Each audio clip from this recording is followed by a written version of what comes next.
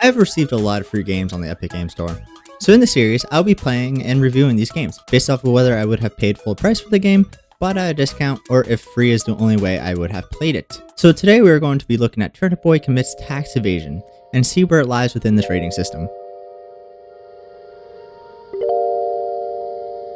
When I first saw this game, I had no idea what to expect, but just the title alone had me intrigued. Like a turnip committing tax evasion? That's wild. Where's it gonna go? But I was really glad to see what it truly is. It's a post-apocalyptic mafia story with a lot of humor to it. I guess I should expand on that a bit with the story.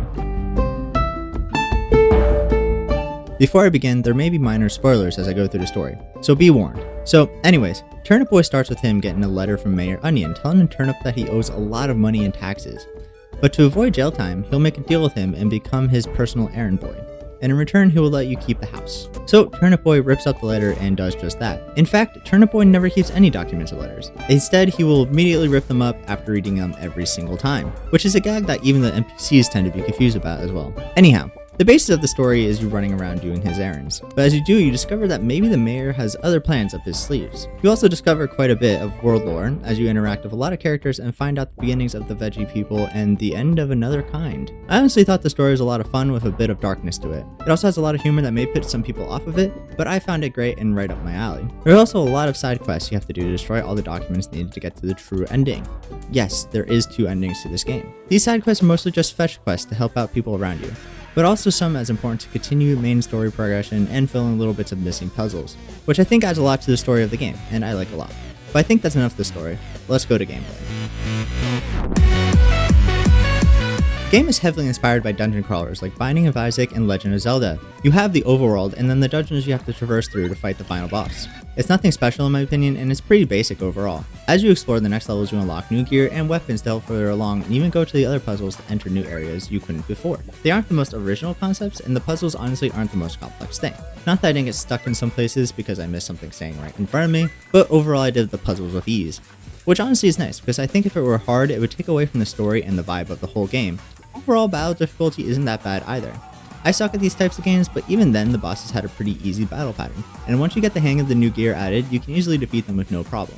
Now, I can't say I beat all of them on the first try, but it didn't take me more than 3 to do so. But like I said with the puzzles, the lack of difficulty didn't defect from the fun. I think it even enhances it, because when you did lose, it wasn't frustrating, you knew exactly what to do the next time to win, which I highly like in video games. Now, the controls were a bit confusing to me at first, but I think this is more just me than anything. I just didn't really read them properly, and didn't realize how easy it actually was to switch between different gear, and that you didn't have to enter the menu every time. Whoops. But besides that, it felt smooth and good. Just wish I remembered to dodge more. Once you complete the story too, there becomes an endless boss run as well. At least I think it's endless. Where you hop on a train and continue to fight enemies and then a boss after I think 5 levels, which is a cool endgame feature to keep you playing if you truly enjoy the fighting part of the game. I, however, need to finish this video, so I only played it once and died pretty quickly. Whoops.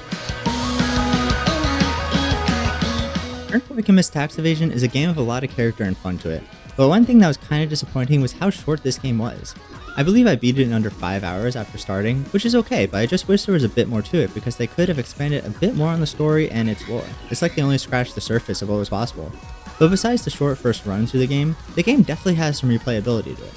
The main story itself, or even with the endless runner in the post-game I mentioned before. So, time for the verdict. Would I have bought Turnip Commits Tax Evasion at full price, discounted, or only free? Honestly, for the $15 price tag, it might not seem so, but I can see myself playing this game multiple times in the future for fun. So yes, it's worth the full price of the game. Go to bed, Turnip Boy. You've done well. But us, we've gathered here to say farewell until next time. So, you can sing along, or don't. Do you?